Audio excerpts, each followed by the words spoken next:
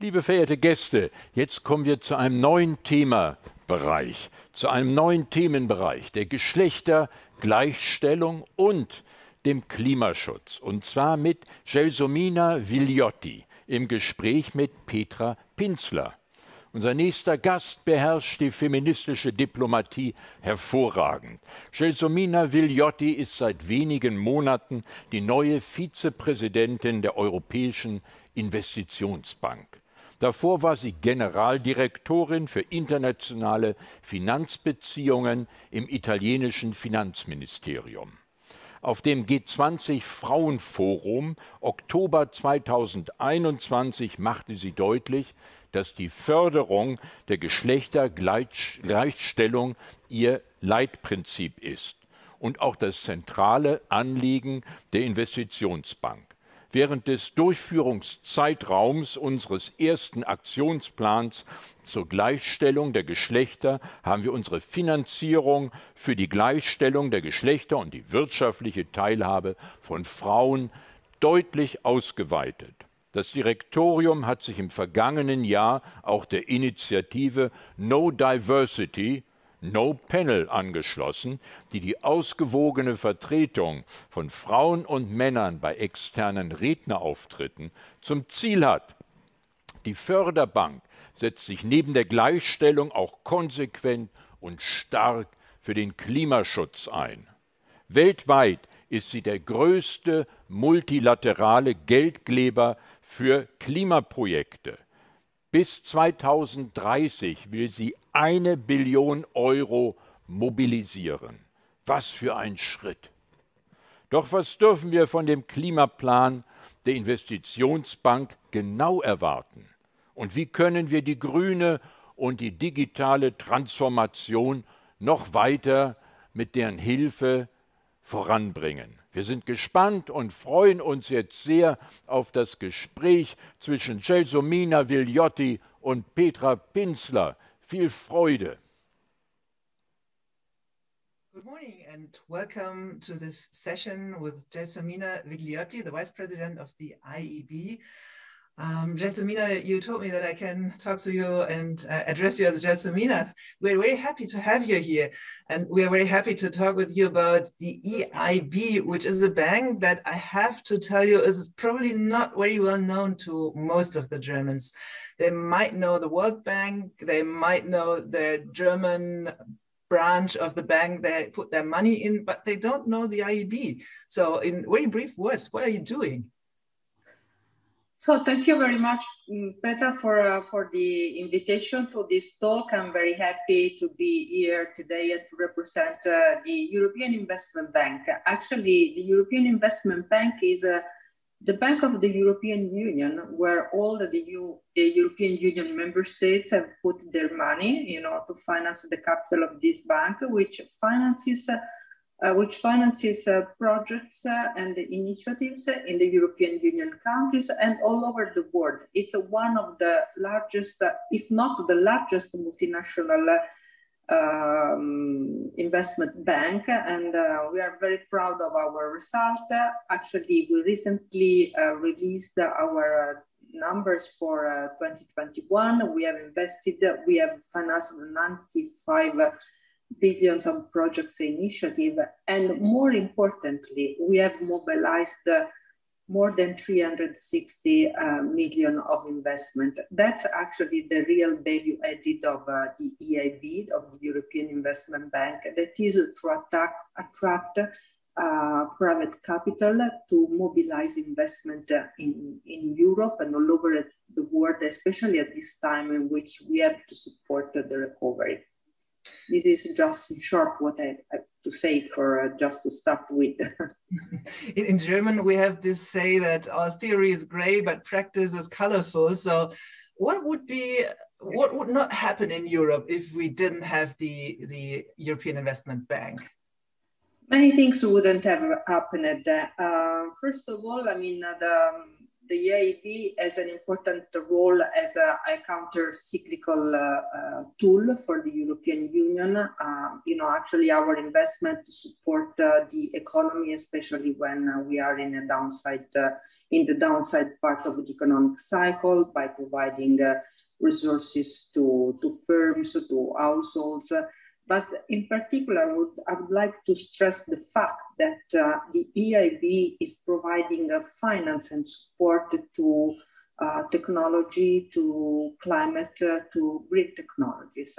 Actually, just to give you an example, we talk a lot about, it's the battery industry, and there is an important project that we are financing with Northvolt in Sweden, where already some years ago we put there some seed money to develop the idea. And now, we have this big project, this big SIGA firm which is developing and for producing batteries, and more importantly that they are producing in a carbon neutral way. That is very much important. But I would like also, to give you some examples related to the pandemics and to the development of vaccines, of treatments, of diagnosis. Pfizer, BioNTech. We put it's very important for Germany to make this difference. Yeah, absolutely. We're really proud of BioNTech. Absolutely, and EIB it's very proud to have financed this firm already years ago, and actually all the development of the vaccines production, it came from some preliminary investment that we had there with this firm a few years ago. And now, from there, from this seed investment, we have developed all of this magnitude of production of vaccine, which actually is saving the lives all over the world. So let me just ask you, so you put money into biotech even before the Corona crisis hit us? Yes. We invested there for 50 millions a few years ago. And actually the initial research was for researches related to cancer. And also from those researchers, there were some further development which led to the discovery of the relevance of the mRNA factors which led to the development of vaccines. And life science is one of the sectors where EIB invests a lot. And actually through the European Investment Bank and the European Investment Fund, which is a subsidiary of the bank, we put a lot of resources within startup initiative, within venture capital initiative, into venture debt. I mean, we want to support and develop ideas in the most innovative sectors, because we know that from there, there will be the business of the future. Let me interrupt you at that point, because it comes to my mind that some people would argue, why do we need a public bank to put money into venture capital funds?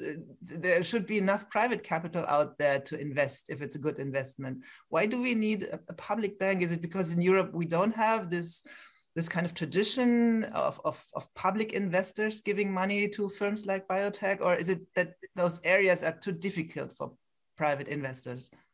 I mean, there are some areas where you need to take the risk, to take the risk and to attract investors. And if you have a good reputation, like the European Investment Bank, that you are a good investor, that helps to catalyze private investors and to multiply the investment and the resources that you are putting into a project. And actually the major role of the EIB, it's predominantly this.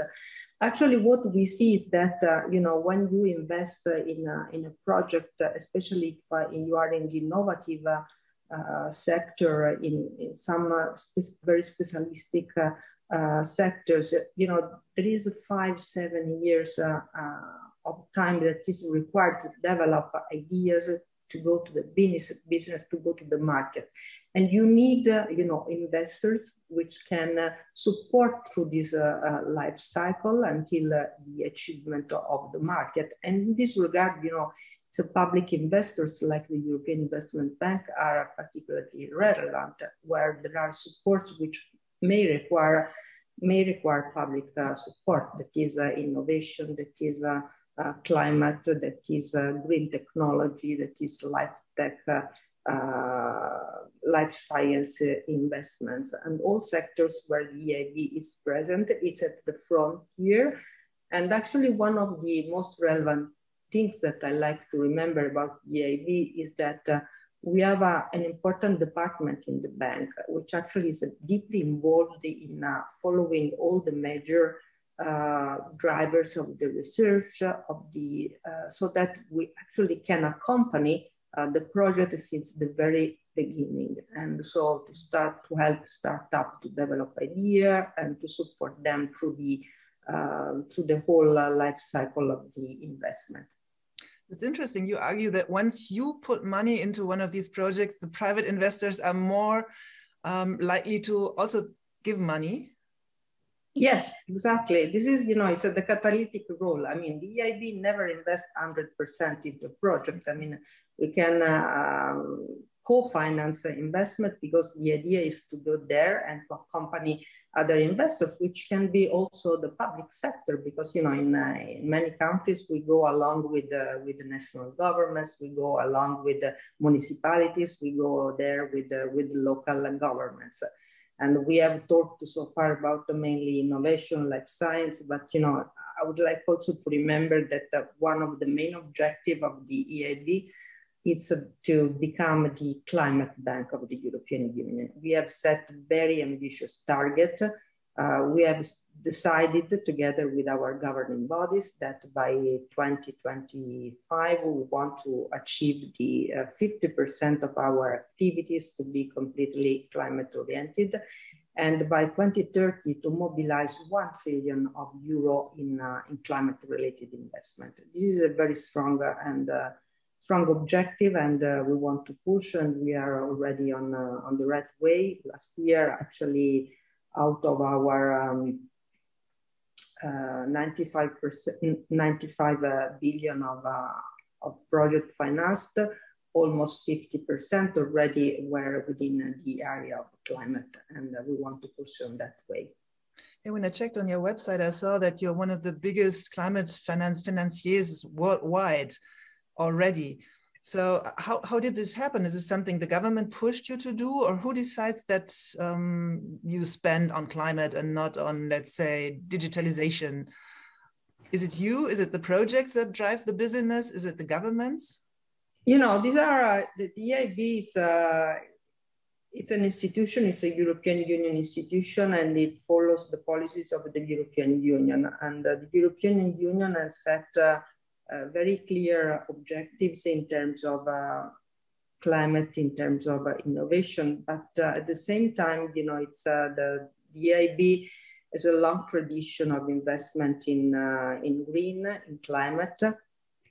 And in a certain sense, I think that sometimes we were ahead of the curve. For instance, we were one of the first, if not the first issuer of green bond back in 2007. And since then, we have issued more than 50 billion of green bonds. So actually, we go along the policies of the European Union, but at the same time, we want also to follow the market and to be at the frontier, at the forefront of some developments. And on green and climate, we already in 2019 set very clear guidelines on, for instance, on the energy financing. And then with the other, for instance, for the COP26, we went there with the two important commitments. One, to increase our funding for adaptation scope that we know that is extremely important, not only within the European Union, but also worldwide, where we want to go and expand our activities. And also, to ask our counterparties to be Paris aligned as the EIB is.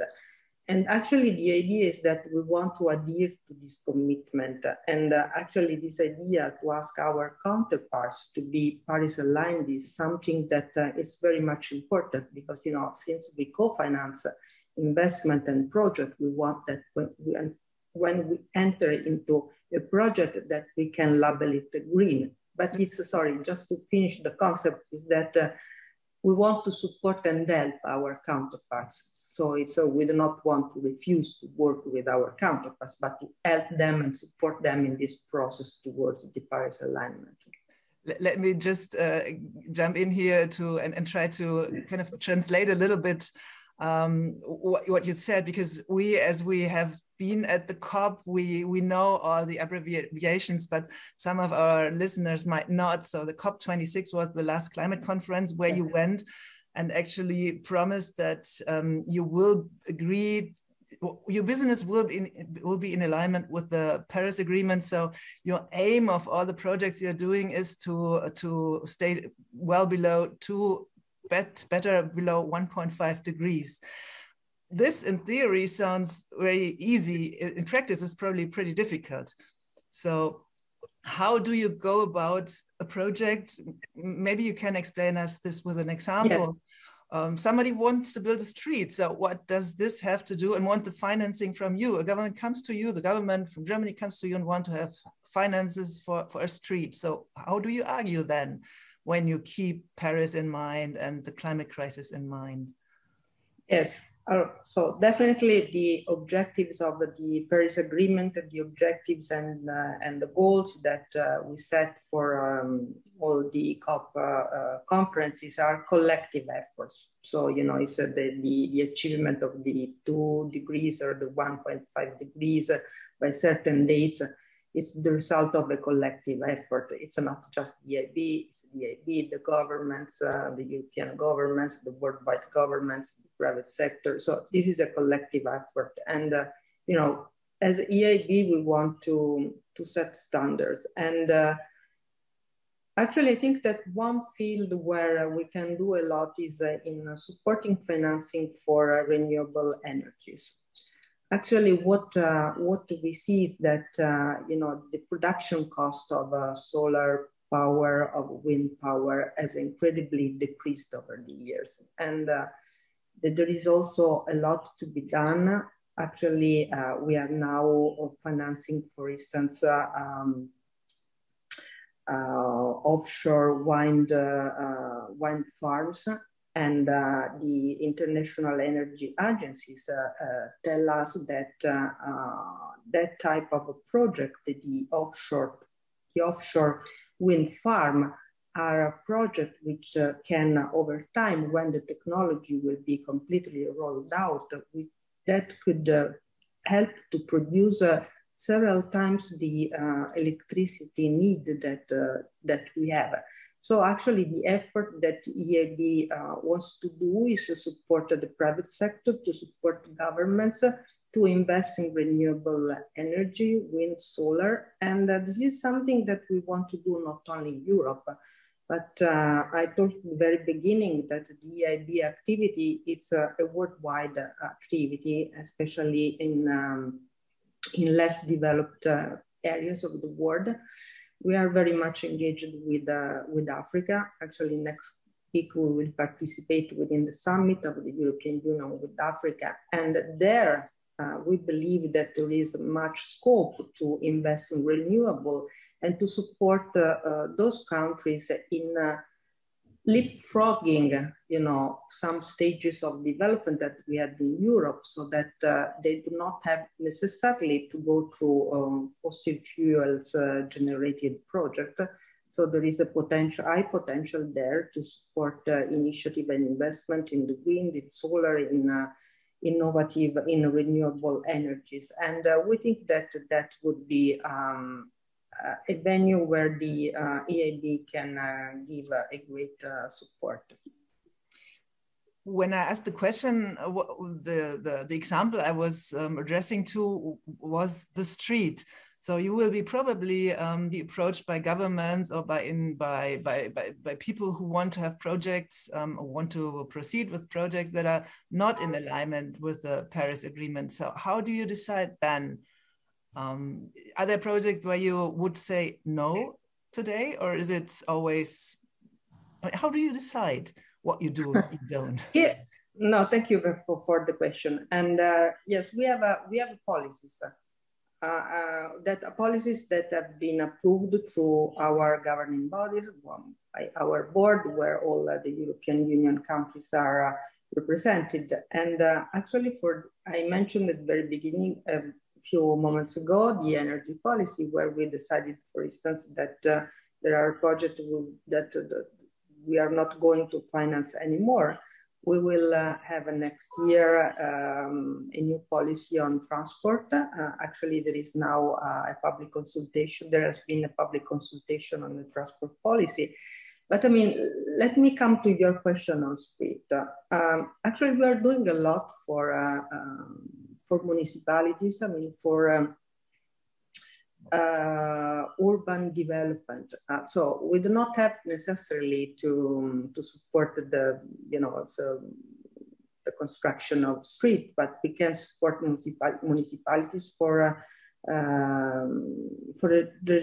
urban regeneration, to support them the redesign of cities, and to support them to have cities which are more energy efficient, to support the energy efficiencies of the building. So I think that we can do a lot to support the urban development, the infrastructure as well. So, you know, we have to look within the project to see together with our promoters, you know, what are the alignment of their interest with our policies, and to see where the EIB can intervene, where the EIB can bring a value added. Because in the end, you know, what we want to look at the very end is what is the additionality of the European investment backed money within one project, which is an additionality in terms of climate, of social impact, of many aspects which are very much relevant to discuss and decide the project. Last year, a couple of NGOs wrote an open letter to, I think, to the EIB, and they asked the ombudsman from the European Commission to look into the issue. And they were arguing that when it comes to sustainability, the EIB is not yet open enough. So for the public sector, it's not that easy to control and to look into your projects. And at the same time, not just the public sector, but also the society needs to know what you're doing so that they can actually help you to find out whether it's really sustainable or whether it's not sustainable. And then the ombudsman of the EU said, look, there is an issue. And what's your answer to that one, that the EIB needs to be more open when it comes to sustainability and to checking the projects if they're really good for climate and for the environment? We are very much engaged in having a dialogue with the civil society, with the all institutions which want to, to understand our project, our activities. And actually, last week we had our annual meetings with the civil society. Each year we have a dialogue with the civil society. Where we are together with NGOs and other representatives of the civil society to confront on our activities. And actually last week, it's the issue at stake. It was the update of our sustainability policies. We are very open to discuss and to disclose information. And actually, the challenge coming from the civil society are also important to us, to be clear with the public about what we are going to finance, why we are going to finance that way. And actually, we have revised our sustainability policies to be more aligned with what is necessary and requested by the civil society, also in line with other, it's an international organization are doing.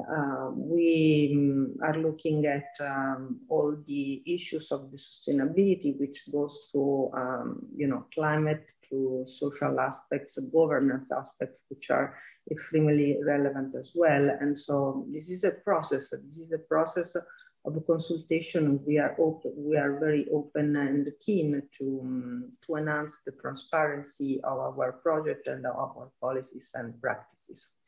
Bankwatch and others and other NGOs argue that you also have to put more pressure onto the partners you're working with. It's not just about you, it's also about the partners.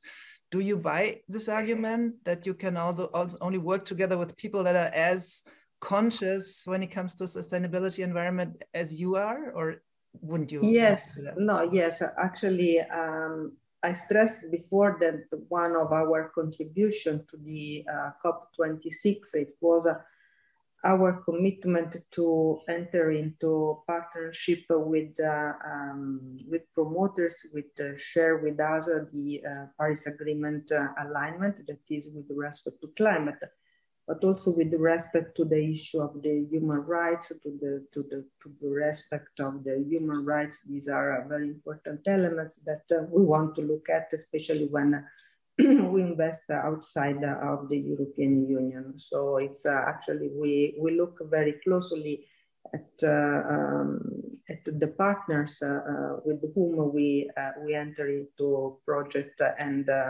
initiatives. We have a very strict compliance due diligence that before finalizing any project and investment, we go through this compliance due diligence to see what are the risks, what are also the reputational risk for the bank to enter into this type of projects. That said, it's a difficult process.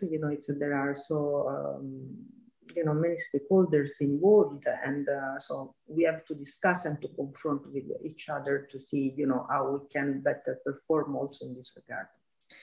The title of this conference is Europe 2020. So when you look from above down to Europe, how would you assess the European situation after Corona? We hear a lot of lacking infrastructure, not just when it comes to the transition towards a greener economy. It's also about digitalization. It's about the health sector. In what shape is Europe in your regard? Yes. We just presented a few weeks ago the annual report by the EIB on a survey that annually the bank produces with a questionnaire with an ample sample of enterprises to look at what are their intention of investment. And, from the macroeconomic point of view, I think that it's very good that Europe, after 2 years, we are back at the GDP levels before the crisis, that also in terms of investment, that we have came back to the past levels. But, one thing that deserves attention of this recovery is that it's a risk being asymmetric. And we cannot afford that there is this asymmetry within the European Union and also within regions in each country. And what is reassuring coming from this survey is that with respect to last year, we have less firms which think that they have to lower their investment. So, the mood has definitely increased. But as you rightly said, what we need to support at this stage is a recovery which is different from the past. That actually we have to look at the real drivers of this recovery, of this economic sustainable growth, which relies on sustainability, on digitalization. And I would like to, put together this issue of the digitalization and the sustainability. These are two drivers that the European Union, as I said, at the very center of the economic strategy, and we want to accompany this process. Actually, what we see is that investment in the digitalization, it's also very much relevant to ensure sustainability, and these are paths along which we want to go. a lot of people would say that after Corona, Europe is in a pretty bad shape. So the trains are not really working. Digitalization is an issue. So what do you think about the real situation of Europe? I think that at the European Union level, we had a very good political and economic answers to the Corona crisis.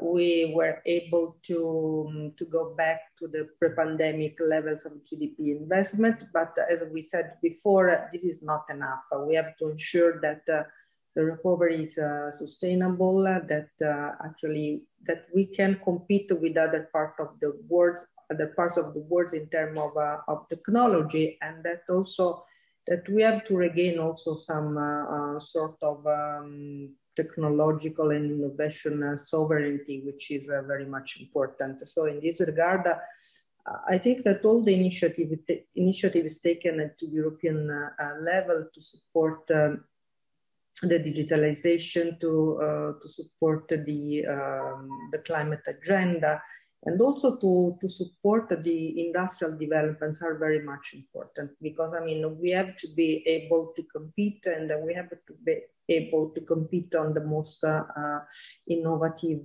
and sectors. We know that digitalization is particularly important. And it's not just, what we learned through the pandemic, that is to have a connection to support the smart working, but that we need the deep digitalization in all the industrial processes. And this is something which will affect very much the industrial development within the European Union. And there will be a massive requirement of investment. In this regard, I think that it's a public initiatives at the government level, at the European Union level. With the support of the EIB can do a lot in the next weeks. I mean, there will be important announcement at the European level also to support the industries of the semiconductors and initiatives which are pretty much important for supporting the industrial development and the industrial independence of the European Union. But also let me mention one aspect which is very much relevant, which is also the commitment that the European Union and the EIB can take at worldwide level to supporting the less developed part of the countries. There is this important Gateway initiative, which was launched by the Commission, to which the EIB wants to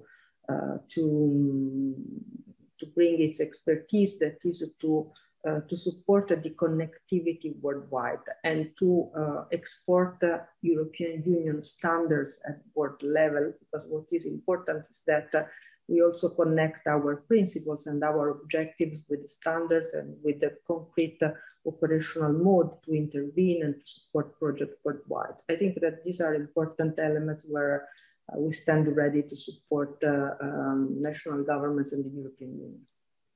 Just a very quick final question. During Corona, countries suddenly closed their borders. We had the impression that the national state is much more important than it was before. Do you think that after Corona, there will be a rejuvenated sense of that Europe is important, that it's better to do things together, that to have projects with 2 or 3 or 4 countries or all of the European countries? If we want to compete worldwide, we are obliged to do that. I think that, there are sectors where there is a need of massive investments, where we need, cross-borders initiatives. And, if Europe wants, and also the countries in Europe, if we want to keep, to stay relevant and to increase our relevance worldwide, we have to work and continue to work united. What would be on the wish list of you on top? Mine would be a quick train from Berlin to Rome. What would be yours? No, I'm very keen of education projects. So I think that it's not very much closely related to to the EIB, even if we support a lot of research and developments. But I think that creating also social and intellectual networks, it's very much important also to support the research and the development of, in the end, of business, but also of the social culture. Thank you very much. And I wish you a happy day and a happy Thank you year. very much, and thank you for the invitation. Bye. Goodbye.